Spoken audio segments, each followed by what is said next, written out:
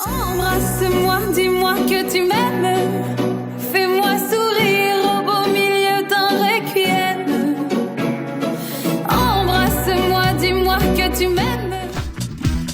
En fait, ce sont mes managers qui m'ont présenté à mon insu, sans que je le sache, à Eduardo Grassi et à la délégation de France 2. Et puis voilà, elles m'ont appelé le 17 novembre, je me souviens, je faisais la première partie d'Amir à la Cigale. Le matin, elles m'ont appelé en me disant, voilà, on t'a proposé à l'Eurovision, qu'est-ce que t'en penses et tout. Et puis moi, directement, j'ai dit, waouh, c'est génial, c'est une super idée et tout.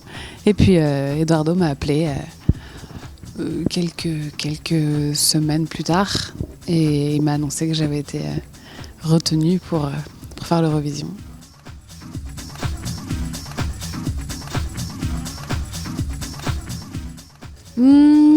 Pas vraiment, parce que Amir m'a donné plein de conseils et a été très très bienveillant envers moi et ma candidature pour l'Eurovision. Et je pense que ça me tire vers le haut plus qu'autre chose parce que il a vraiment réussi à dépoussiérer un peu le concept de l'Eurovision l'année dernière. Et aujourd'hui, c'est quelque chose de bénéfique pour un artiste émergent de se présenter à un tel show. Avec les 200 millions de téléspectateurs, toute la presse et l'effervescence, enfin, ça me tire vers le haut plus que ça ne me met de la pression.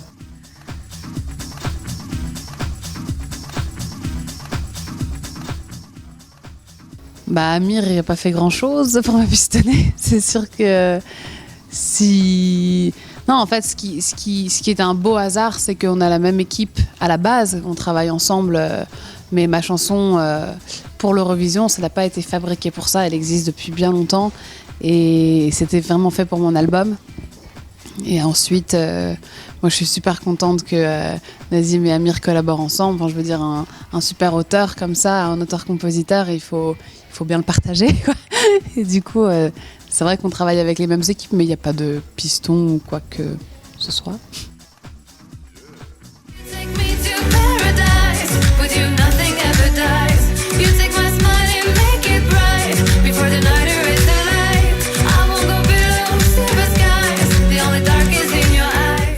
Oui, enfin oui, ça peut être perturbant pour des gens de se faire représenter par une chanteuse qui effectivement n'était pas connue.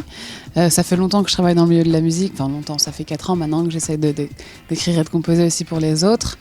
Mon album est prêt, je vais travailler doublement plus pour me faire connaître doublement plus vite pour que tout le monde soit rassuré.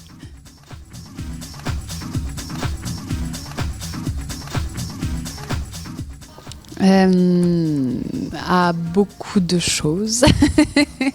En fait, on vient de finir la production, la réalisation.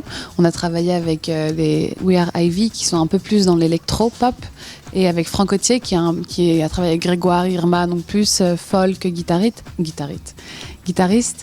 Et du coup, on a fait un mélange un peu de toutes ces influences et ça donne un peu une fusion de variétés françaises avec des sons modernes.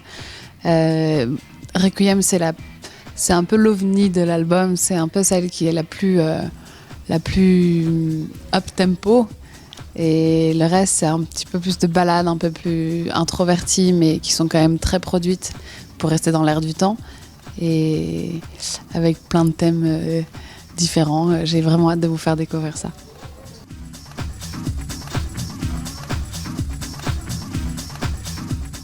Franchement, j'envoie un message à, je ne sais plus son nom, qui a dit qu'il se couperait les parties génitales si j'étais dans les 10 premiers. Non, je rigole, ça c'est juste pour le petit côté rancunier. Non, j'appellerai mes parents, je pense, et je leur dirais waouh, t'as vu, c'est incroyable. Enfin, je sais même pas comment tu peux réagir si tu gagnes l'Eurovision, c'est juste incroyable. Ce qu'il a donné.